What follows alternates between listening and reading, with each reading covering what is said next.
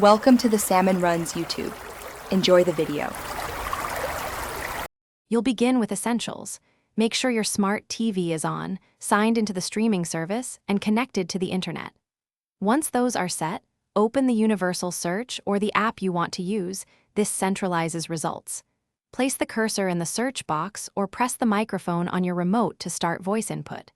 Do this now. It saves time and avoids switching apps later. You're starting the search flow, so results populate from every compatible source immediately.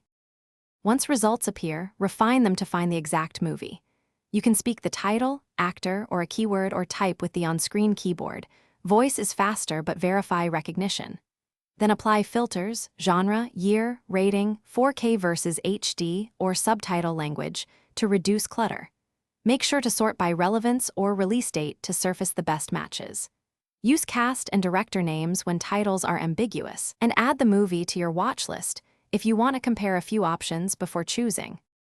Choose the best match and open its detail page so you can confirm runtime, price, and audio or subtitle options. Then press play, select quality if prompted, and use chapter or resume features as needed. If you prefer, add it to your watch list for later.